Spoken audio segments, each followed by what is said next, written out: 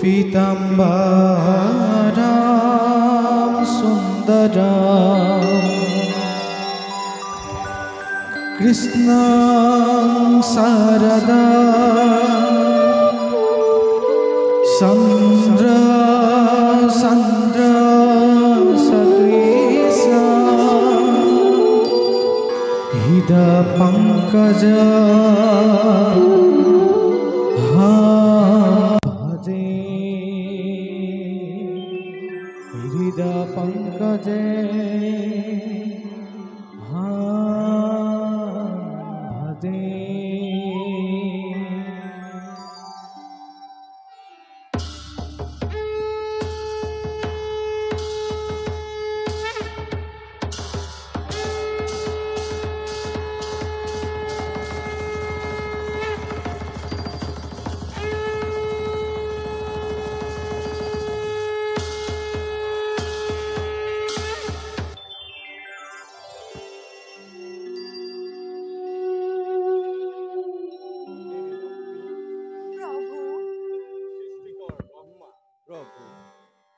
দেৱতী নয়ন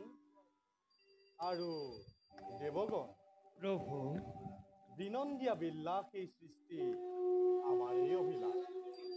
কিন্তু হঠাৎ বাঢ়ি অহা অনাচাৰে আমাৰ এই সৃষ্টিত যেন ঘটাইছে বিঘিনি। সেইহেতু সৃষ্টি ৰক্ষাৰ বাবে আমি সকলোটি একত্ৰিত হোৱাটো অতিকেই প্ৰয়োজন। প্ৰভু নিশ্চয় ইয়াৰ প্ৰতিকাৰ কৰিব চেষ্টা কৰিম প্ৰভু। সৃষ্টি ৰক্ষা কৰি সংসাৰৰ ধৰ্ম স্থাপন কৰাটোৱেই আমাৰ প্ৰধান কৰ্তব্য। এই সন্দৰ্ভত আপোনালোকৰ কিবা মতামত? প্ৰজাপতি ব্ৰহ্মা আৰু দেৱতী নয়ন। প্ৰভু, আপোনাৰ আদেশ পালন কৰি এই বিনন্দিয়া সৃষ্টি আমি কৰিলো সৃজন। এই পৃথিৱীত মানৱ দানৱ, পোক পতংগ, তৰু তৃণ আৰু গছ লতা আদি কৰি চাৰিমুঠি জীৱৰ সৃষ্টি কৰা হৈছে। প্ৰভু, আপোনাৰ পালিতা হৈ সকলো জীৱই সুন্দৰকৈ জীৱনকাল অতিবাহিত কৰিছে, কিন্তু তাৰ মাজৰেই মানৱ দানৱে নিজকে শ্ৰেষ্ঠ প্ৰতিপন্ন কৰিবৰ বাবে এই পৃথিৱীত মাজে মাজে সন্ত্ৰাসৰ সৃষ্টি কৰি আহিছে।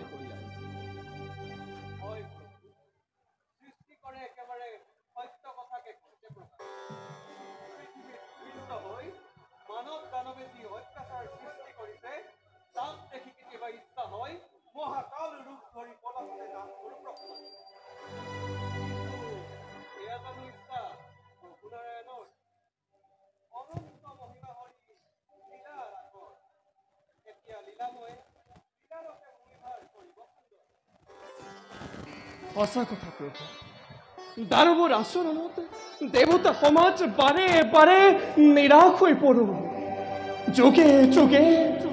যোগে যোগে দৈত্য দানৱে আমাক কৰে অপদস্থ।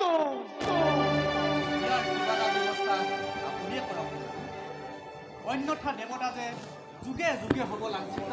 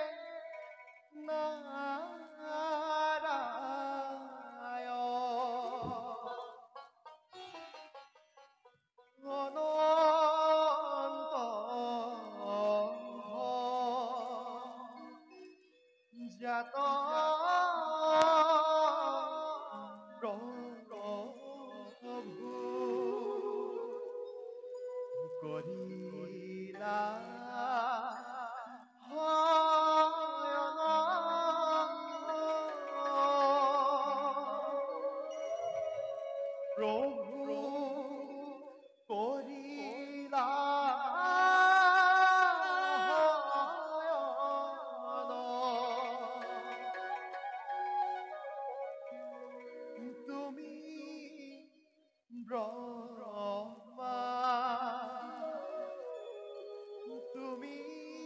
বিষ্ণু তুমি মহেশ্বৰ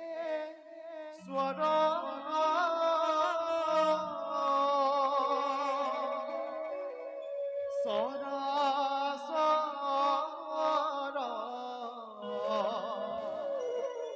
জগতৰ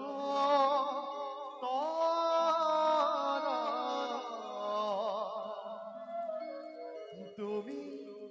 হে ঈশ্বৰ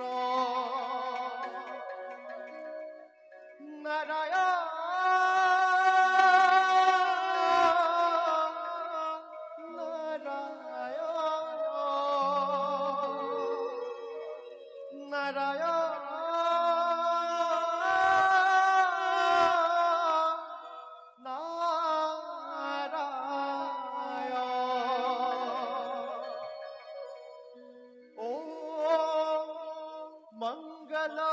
भगवान विष्णु ओम मंगल गरुड़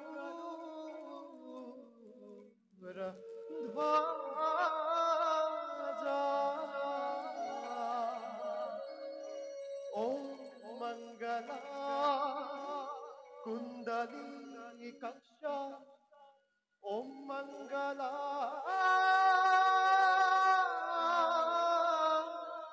तनो हरि नारायण नारायण नारायण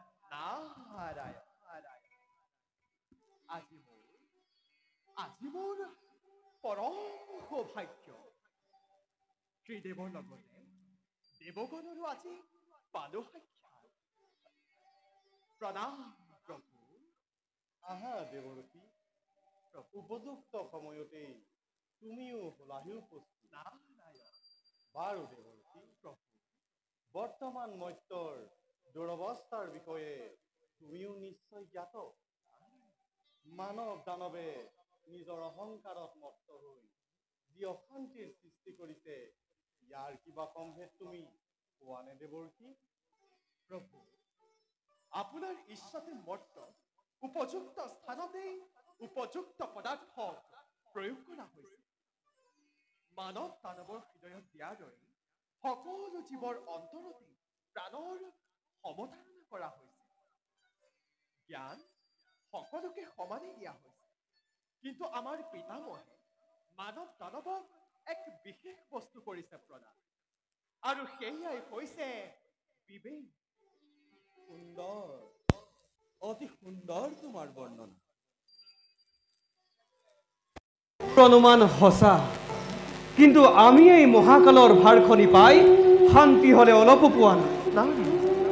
পৃথিৱীৰ সকলো প্ৰাণীৰ ভিতৰত বিবেকবান হৈ মানৱ দানৱে অতি জঘন্য কাম কৰিবলৈ কিয় কুণ্ঠাবোধ কৰা নাই প্ৰভু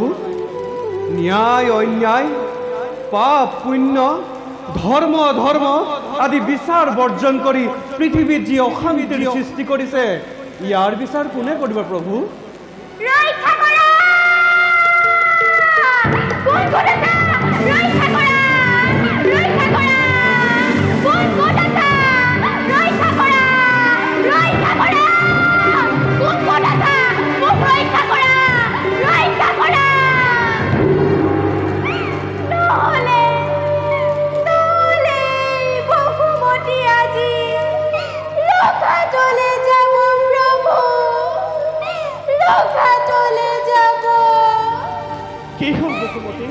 তুমি আজি এনেদৰে কিয় পৰিছা প্ৰৱেশ প্ৰভু অন্তৰ্যামী পিতা হে ভোলানাথ হে দেৱৰ্ষি আৰু হে দেৱগণ সকলোৱে শুনা মোৰ কথা বসুমতী নাম মোৰ নীৰৱে সহ্য কৰিছো দুৰ্ঘৰ যন্ত্ৰণা দুষ্ট দৈত্য ৰজাখবে কৰি উৎপাত সংহাৰিছে নানা ৰূপে পৃথিৱীৰ সাধু সন্ত লোকক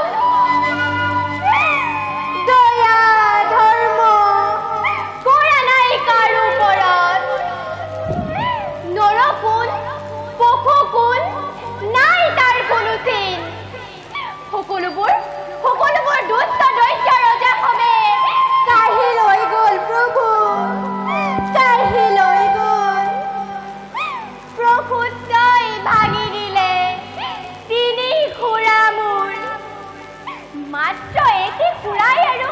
কিমান দিন থাকিম প্ৰভু ইয়াৰ এটি উপায় দিয়ক নহ'লে সৃষ্টি জাগে ৰখাতলৈ যাব প্ৰভু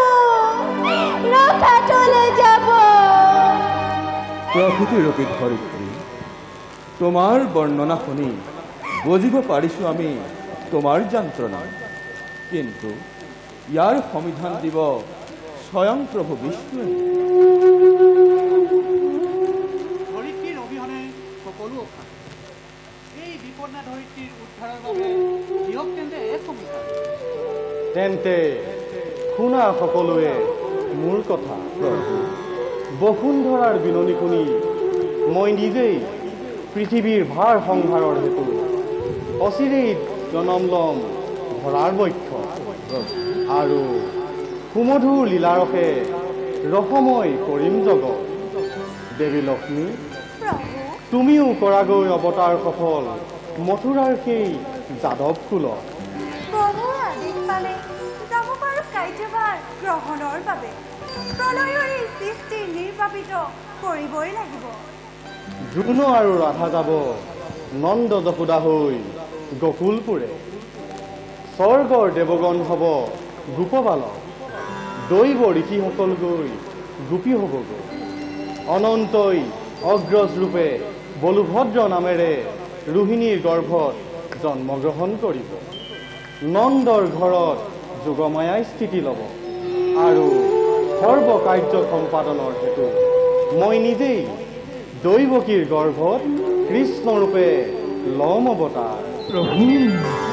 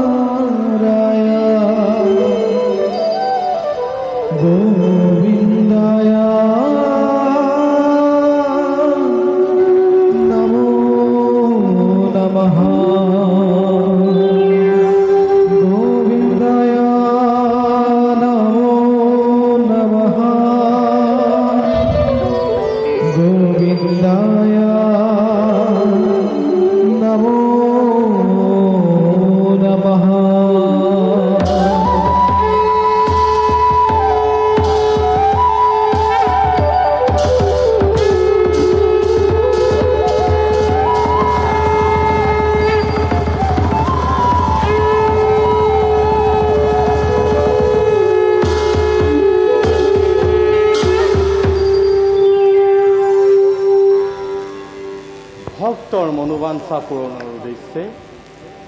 আমি এই অৱতাৰতেই জগতবাসীক বুজাব খুজিছোঁ কামাতুৰা জীৱাজন নিকৃষ্ট সিজন সেই হেতু কামজয় কৰি কাম কেলি লীলা প্ৰকাশেৰে আমাৰ ভক্তিতত্ত্ব বহুৰঙী ৰাসযাত্ৰাই সুমধুৰ কৰাম জগত আৰু দেৱৰসী প্ৰভু তুমিও সকলো কাৰ্যত সকলো সময়ত সহায়ৰ বাবে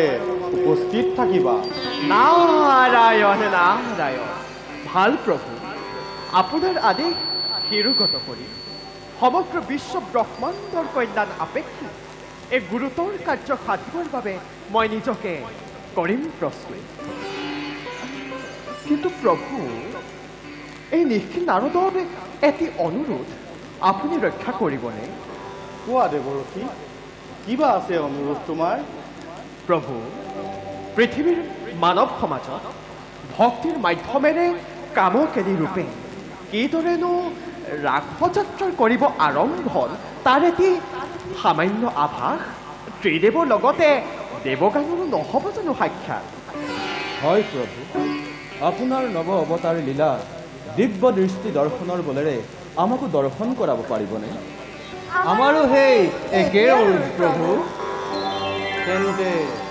চোৱা শেষ সভাসদ দিব্য দৃষ্টিৰ বলেৰে কৰাইছো দৰ্শন মৰ্ত্যৰ সেই পবিত্ৰ লীলা, যাৰ দৰ্শনে সমস্ত পাপীৰো পাপ হ'ব ক্ষয়, ৰোগ শোক ব্যাধি নাথাকিব ভয়, অভকতো হ'ব জ্ঞানময়, ভক্তিৰসে মুখৰিত হ'ব সমস্ত ধৰা, সৰ্বতো হ'ব কেৱল সুখময়।